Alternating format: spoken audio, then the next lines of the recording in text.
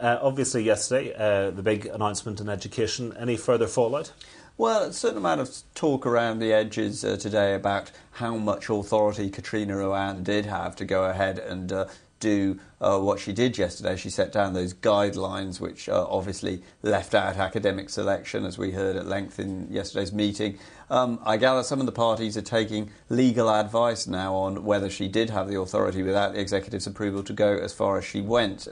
I still think that whilst we might see more shenanigans in relation to this, that we ultimately will come back to this reality that we're going to have an unregulated system, because you're not going to get cross-party agreement now to one particular set of regulations. So it does look like we're going to have go-it-alone grammar schools and a department simply setting down admissions criteria for the non-academic side of things. Would some of the other parties not be better trying to clarify the situation than add further to the confusion? Because it seems as if they're almost trying to have it both ways. On the one hand, they say that legally she can't direct schools to do anything and therefore they're meaningless. On the other hand, they're trying to challenge what she's done by legal means. Yeah, I mean, I think the difficulty here is that we're still seeing the blame game. We obviously had a lot of that on the programme yesterday, and we're seeing that continuing. And really, I suppose that the parents are having to deal with something, very concrete. They have children, they have futures to sort out.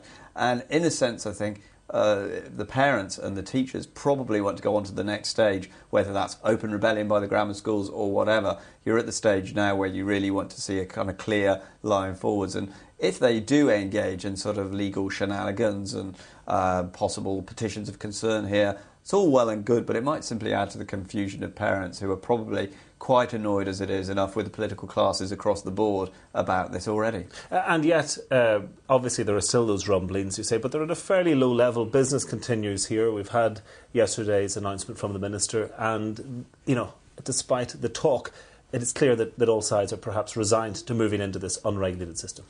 Yes, I mean, I think that they kind of feel that over the next couple of years they're not going to get an agreement. It's yet another sort of outcome of this system which is almost made for stalemate. It's not just education, it's been so many other issues on which there's been stalemate and standoff.